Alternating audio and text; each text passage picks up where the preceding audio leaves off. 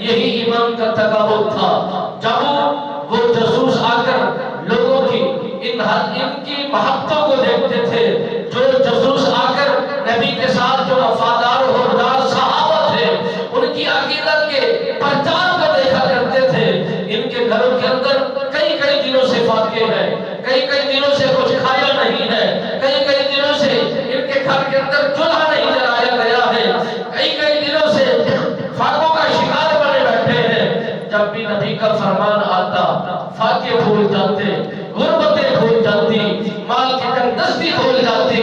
اور لوگوں کا ستایا ہوا نظام بھول جاتے. نبی کے ہر فرمان کو دل و جان کے ساتھ قبول کرتے، دل و جان کے ساتھ لے کر جہاد کے لیے اپنی تلواریں لہرا کر میدان عمل کے اندر آ جایا کرتے تھے اور بتلا دیا کرتے تھے. اے لوگوں،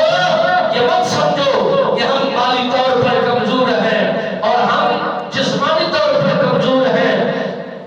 یہ مت سمجھو کہ ہم اس انداز میں فاقوں کا شکار ہیں. میرے آقا نامدار صلی اللہ علیہ وآلہ وسلم سرکار کے غلاموں، اس بات کو وہ اعلان کیا کرتے تھے، ہم ایمانی طور پر اتنا مضبوط ہو چکے ہیں، ہم پہاڑوں سے ٹکرا جائیں گے، ہم پہاڑوں سے ٹکرا جائیں گے، ہم طاقتور لوگوں سے ٹکرا جائیں گے، ہم کبھی کسی صورت میں بھی